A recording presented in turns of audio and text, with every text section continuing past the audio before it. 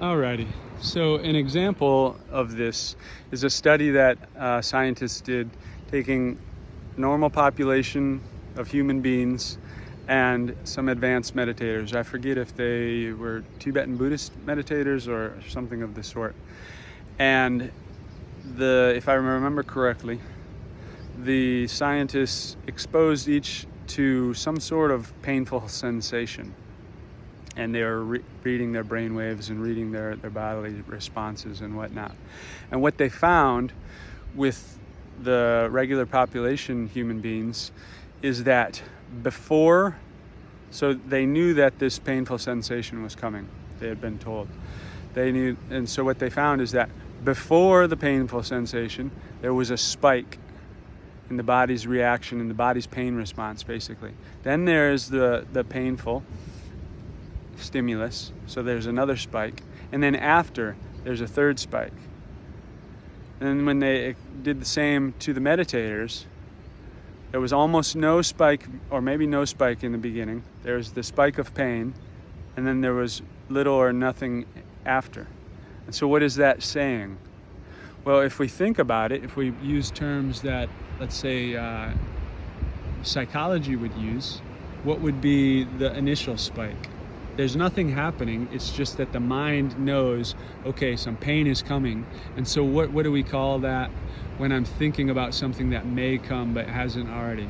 We can call it anxiety, fear, something like that. So we could call that anxiety disorder. This person has been trained to feel anxious about something that may or may not come in the future. And so they're experiencing pain. We see that like on their bodily responses. They're experiencing the same sort of thing as actually having the stimulus itself. And then we've got the pain response. Okay, that's natural. The body needs to communicate. If I have my hand over a candle and I don't realize it and I don't have a pain response, then I'm just going to burn the hand and the body's going to be damaged, and subsequently we're not going to be able to use it. So it would be good to have a way to communicate that, to let me know, hey, you've got your hand on something that's damaging, let's move it. Okay, that's natural. I don't need to feel bad about that. I don't need to hate the pain, or I hate the candle for bringing me the pain or anything. It's not personal. It's just cause and effect. I put the hand over something hot. This is the effect is the potential of damage. This is just natural. This is the law of nature, Dhamma. And then what is the last one? Well, the last one, what do we call things where we're feeling bad about something that happened in the past, or we're feeling something negative? We can call that depression. We can call that PTSD. You know, something, I was in the Marine Corps for 10 years, and I was very fortunate. I'm very grateful to not have been in a place where I was taking the life of others, or to have any of my friends die in front of me. But I certainly experienced different things, and I know many people who have as well. So I have lots of compassion and love, not just for the military, of course, in my opinion, in our societies. And it's probably been like this all of history. Who knows? If we read the Bible, or we read the Vedas, or we read about Buddha, I mean, these are documents from thousands of years ago, and it seems like life was pretty crazy back then too. You know, I haven't read about any times where it's just the land of milk and honey, and there's no wars, and there's no famines, and there's no abuse and child abuse and robbing. And it seems like this is currently a part of existence. And I'm not saying that I'm a proponent or a supporter of it, but I am attempting to let go of my reactions to it, of saying this is so terrible, I hate it, and I hate all of you, and instead to accept it and continue moving in a positive way, but to accept it. But I can't speak about the past, I can speak about now, and it seems like in our societies, I have been in around 45 different countries, and I haven't found one that's got it all figured out. And I've found in every place, human beings are having trauma. They're just experiencing trauma. Trauma is the same as pain. It's just a thing that happens. It's another word for pain. If I break this finger, we call it a trauma. But traumatic is when I take and I create the story, and it's now traumatic. It's now a story. Now I've created it and I hold on to that story. My finger broke 2 years ago. It's back to being fine, but now I have this story of, I avoid those things that have anything to do with what happened when I was with the finger, or I hate that person because they were there when I broke the finger, and I hold on to that for the rest of my life. That's the traumatic. And so I have compassion and appreciation and love for any human being or other being who is experiencing any of these things that I'm talking about: anxiety, depression, obsessive compulsive, ADHD, PTSD. I have compassion, and I've experienced all of these, in one degree or another. In some of them I've been diagnosed with in the Western psychological paradigm. So I'm not denying that they exist, but I'm just sharing my personal experience that they all seem to be learned behaviors, whether or not those behaviors came at a very early age, or who knows, even in vitro. But I have found from my own life, and then from being in these circles, I've found people who had all of those sorts of behaviors and subsequently were able to change them and to experience a much bigger experience of life. And so going back to the study, if we're talking about that last spike, we're talking about anxiety or, depression or something like that. Whereas the meditators, they were not experiencing this. And why is that? Because they had trained the mind to recognize that this is not personal. If it happens, it happens. But there's no point in putting myself through. What would that be? Someone can tell me, because I was never really strong with math, which is a learned behavior. But we've got the 1 and then we've got the 2 more. Is that 3 times as much? 2 times as much? Anyway, I don't need to put myself through that much more unnecessary pain and suffering. So those are the reasons. Now back to the Buddha. This man, he discovered this. He began sharing it. It's really incredible. I knew very little about this really until several years ago. But the Buddha, his teachings, not a religion in any way, not a religious figure. For 500 some years after his passing, there were not images of him. Those came about afterwards, and actually the image that we see of Buddha with the curly hair on top and whatnot, those are actually created. It was like 500 or 700 years ago, if I remember correctly, by some Greco artists, because the Greeks, it's been documented, the Greeks used to come to India to learn thousands of years ago. And not just like Western India, they used to come down, around, and over. And I read about one last time I was in India. I read about, this is just how incredibly deep the world is, and this place as well. So there was a city that was only really, it's so old that it was basically just kind of considered a fairy tale. But there were several of these very learned sages who were from there. And these people back in the day, I mean, they're just incredible. Da Vinci is probably the closest example that we have to that. Probably in modern day, people would think of like Elon Musk, but I have a respect for Elon Musk, but not nowhere close. These are people who are like discovering zero and things like this. They're like massive shifts in consciousness. And so there were several of these at this city, and there was documentation in Greece as well of Greeks going there and learning. And that city, I mean, it's a place where people are coming from thousands of miles away back in the day when there's no such thing as phones or anything like that. So it's obviously pretty well known and pretty incredible place. But it happened so long ago that that city was totally lost, and they only just rediscovered what they had considered basically an island that had turned into just earth, and they found some things that they think may be that, but it had been totally forgotten about.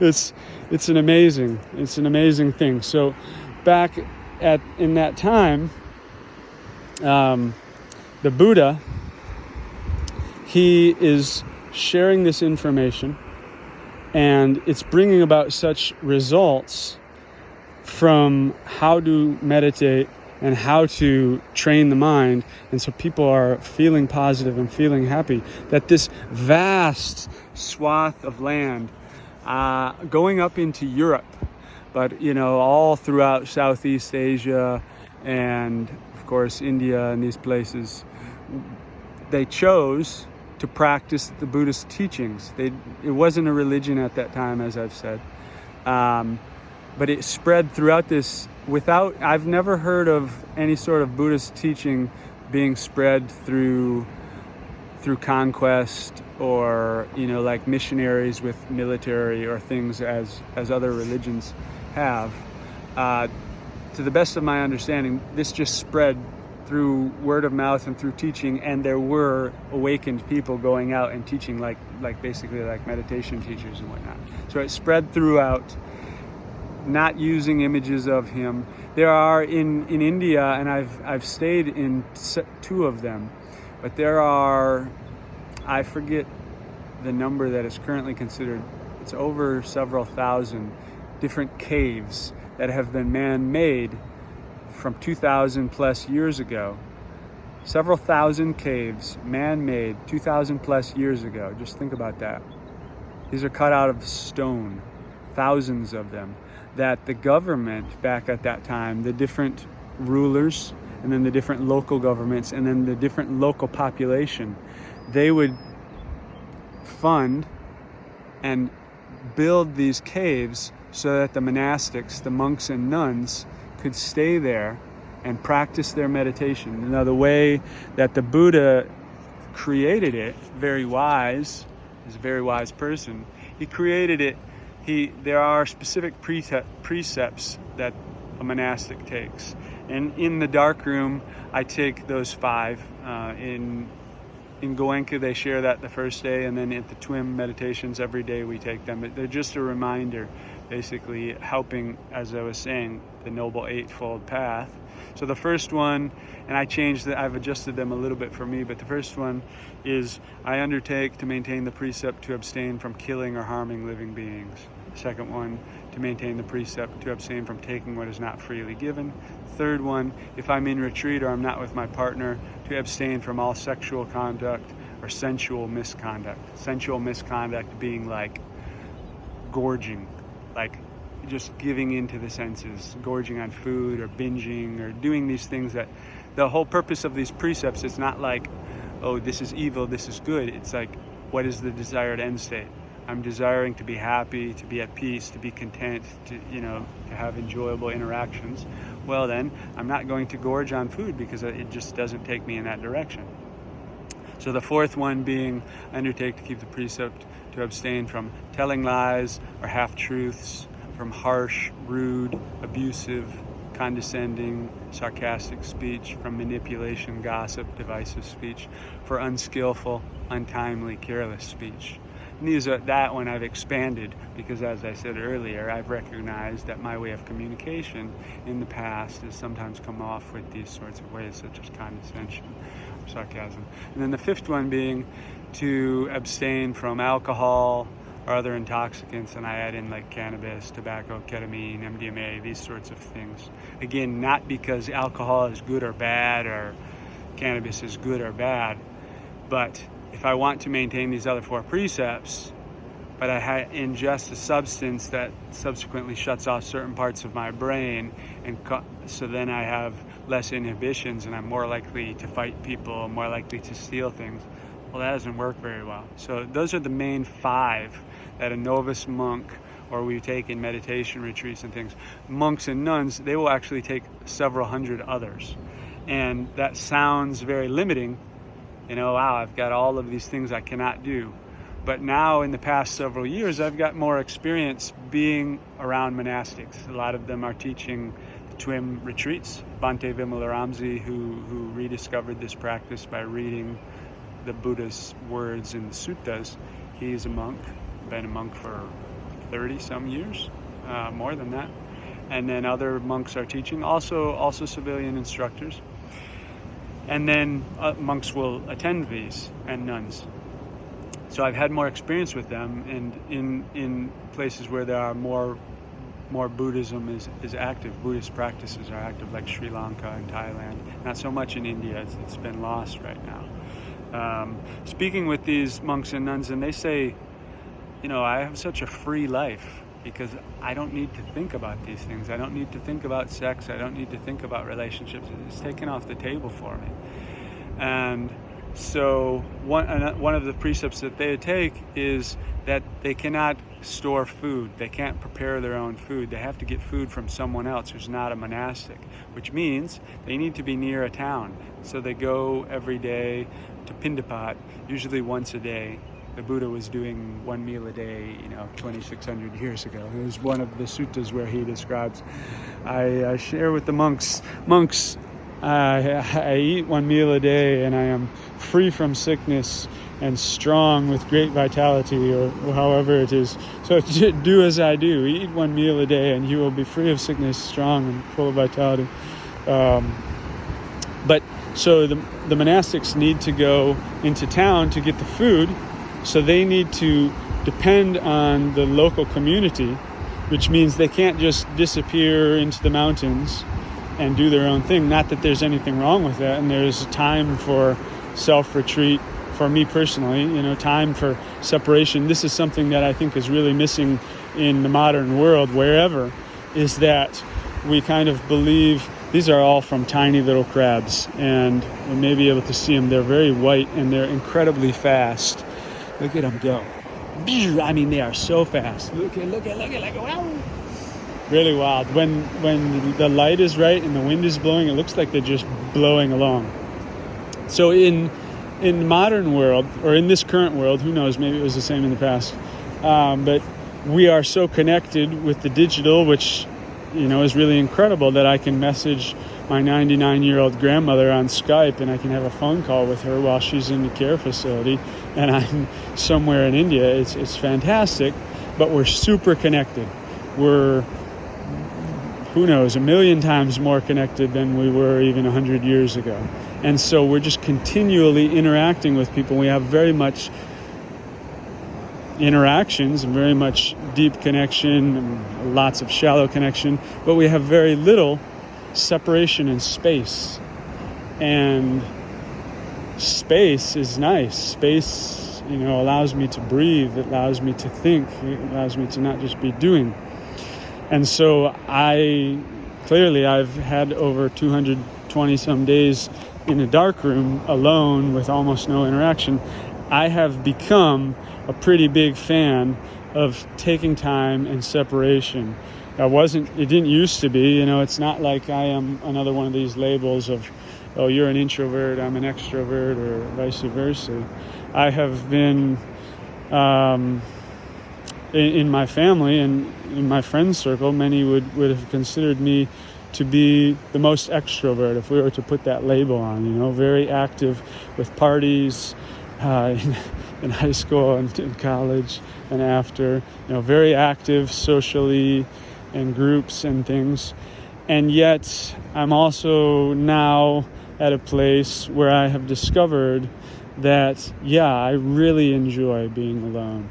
I really enjoy it. I don't feel lonely because I have cultivated this understanding. I have let go of those stories that I need to feel lonely, that I require these external things. I'm not saying I'm perfect, as in like I don't have insecurities and don't desire validation and connection.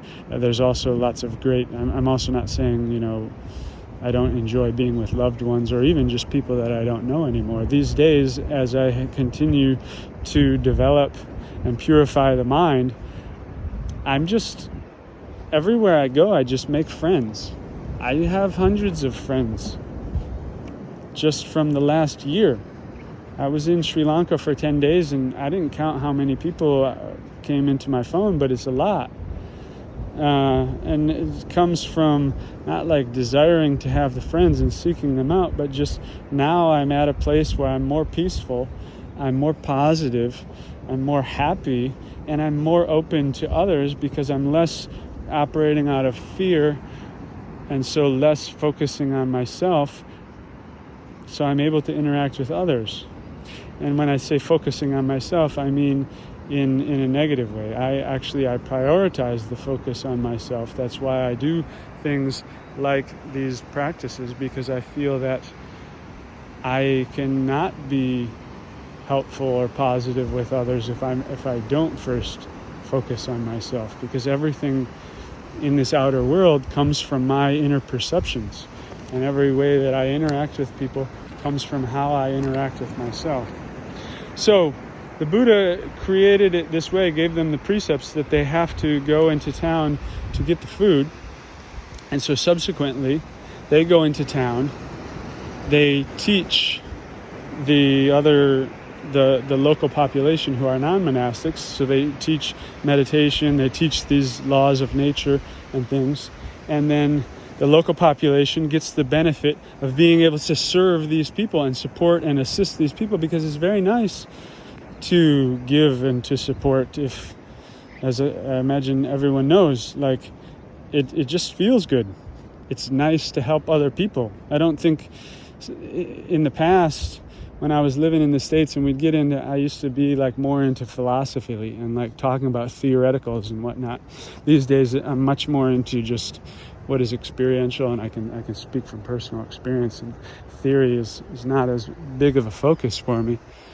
But we used to talk about, well, like, is it really giving if you're feeling good about it, and is that actually selfish? Or, I mean, who cares? Like, if I feel good about giving to someone else, that seems like a pretty good feedback loop. Like, if I felt good about killing someone, that seems a little dangerous, and maybe let's have a conversation about that. But if I feel good about helping another person, I don't really see the problem in that. I don't see why we need to go any further with the discussion. Like, that seems good. I'm just concerned or looking into what is the desired end state. And so if that's working for me, then let's do it. So he provided the local population with that opportunity to serve. And it's really interesting for me to be in countries such as Thailand, Sri Lanka. There are others that I've not been in yet: Cambodia, Laos, Vietnam.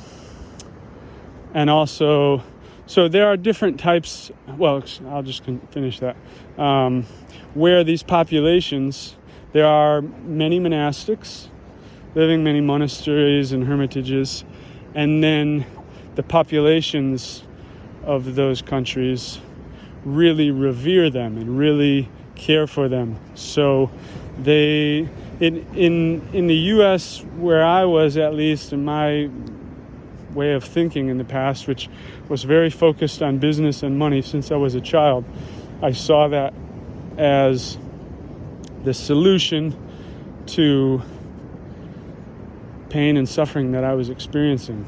And I was also really strongly conditioned, because I think maybe even more than violence and addiction in U.S. media and movies and songs, focus on money might be even higher. I would guess that's probably like the highest, the most strong conditioning that we get in the U.S. is focus on money, and then violence and addiction and toxic relationships and sex. Sex is a pretty high one as well.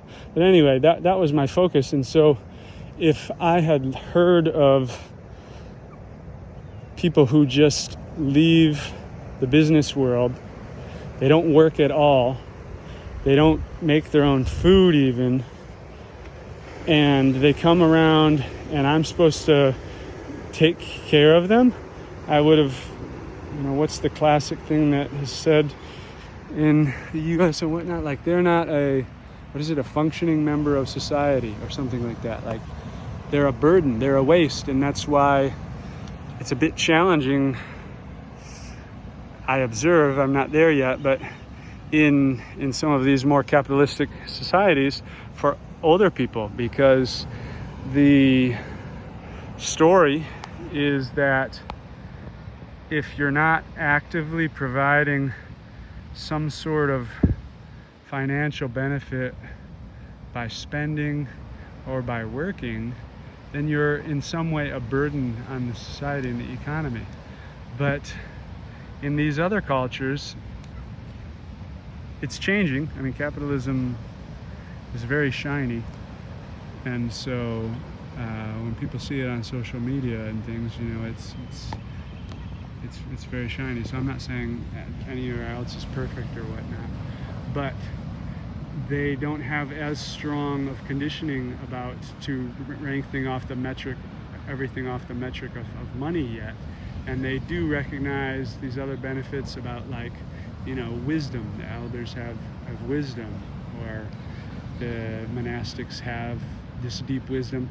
Yeah, they sit for hours at a time and it looks like they're doing nothing, but they actually have this ability to use the mind and to enter these different states that we know nothing about. And they seem to be happy all the time, and I'm feeling stressed and whatnot, so there's something I can learn from them.